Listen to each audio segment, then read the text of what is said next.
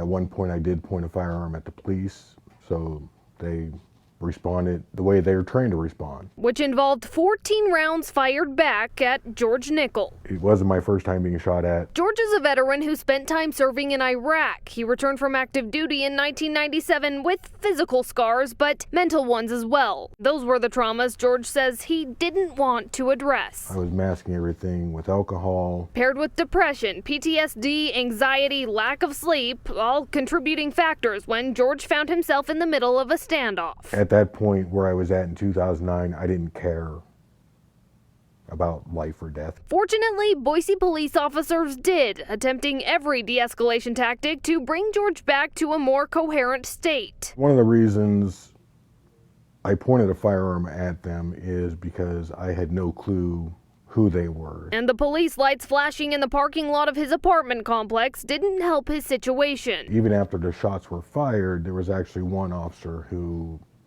kind of like his voice was above everyone else's, and it was that connection is what brought everything back down. Everyone leaving the scene uninjured. Following that, George spent 8 months in jail. Then a judge ruled probation and therapy instead of 15 years in prison. And despite the traumas of that standoff in July of '09, I was approached by then Boise Police Chief Mike Masterson, and he actually approached me because he wanted to make a training video for law enforcement. As a way for officers to look at the way they responded to the situation then and adjust their response when they approach people in the midst of a mental health crisis going forward.